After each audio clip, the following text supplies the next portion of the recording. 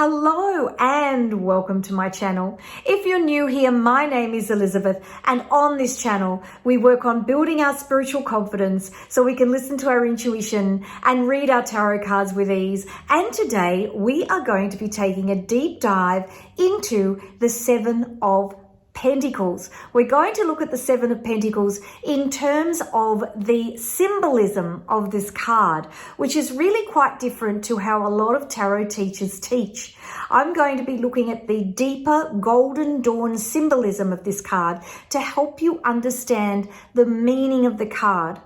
Now, the Rider-Waite is a fabulous deck in terms of understanding the basics of tarot. Yes, I know it's got its gaps in terms of gender bias and things like that, but it really is a fabulous deck that's a product of its time that describes all of the tarot decks that went before. So if you learn Rider-Waite, you really have learnt traditional tarot. And of course, most of the modern decks I've come across actually base their whole deck on Rider-Waite. So once you've learnt this deck, you can read any tarot deck really.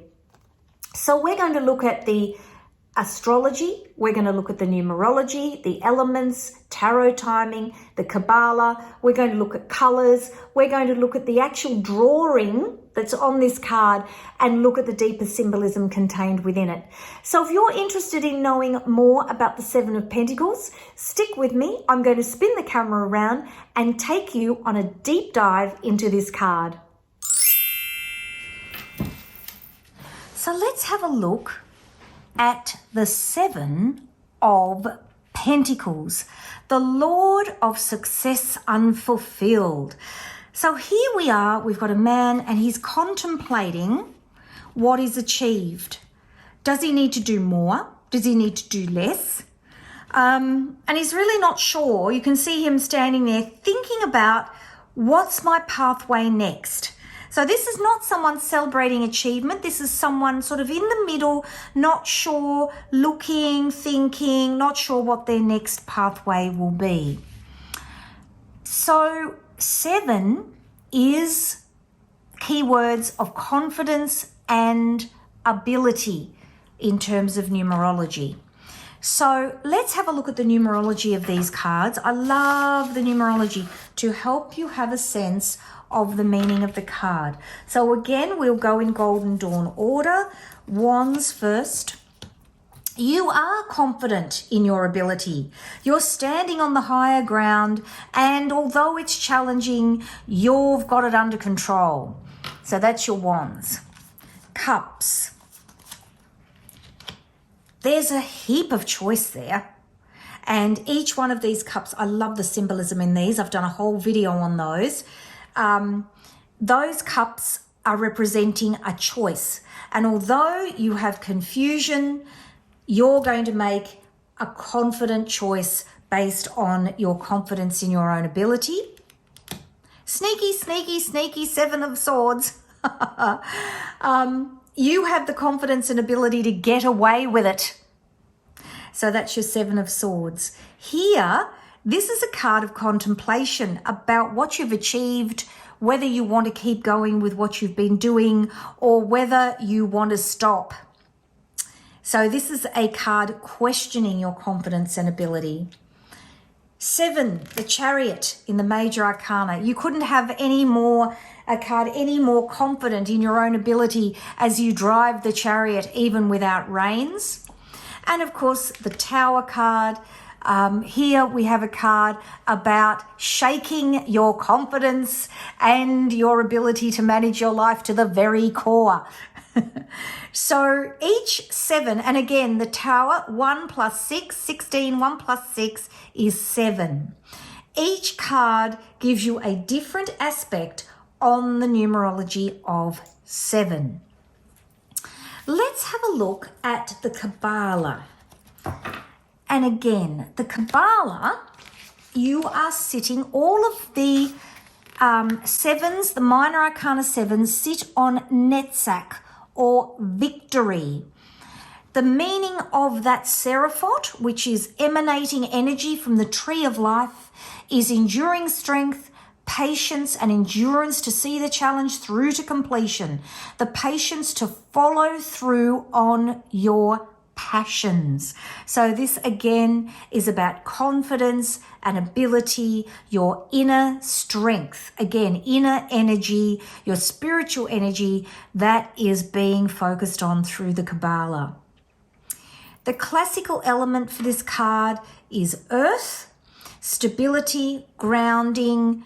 Are you moving forward? You're contemplating what you've achieved. Are you moving forward or are you not?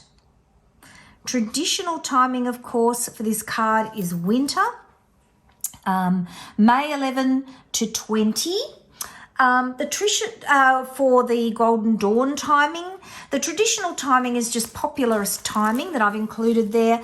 But your Golden Dawn timing, if we look here for the Seven of Pentacles, we can find it here on the Tarot Symbolism cheat sheet. And we are looking at what are we looking at zodiac wise? We're looking at Saturn in Taurus. So here we are, we're in the sign of Taurus here as we follow it through from the Hierophant here, Saturn sub-ruler, third decan, May 11 to 20.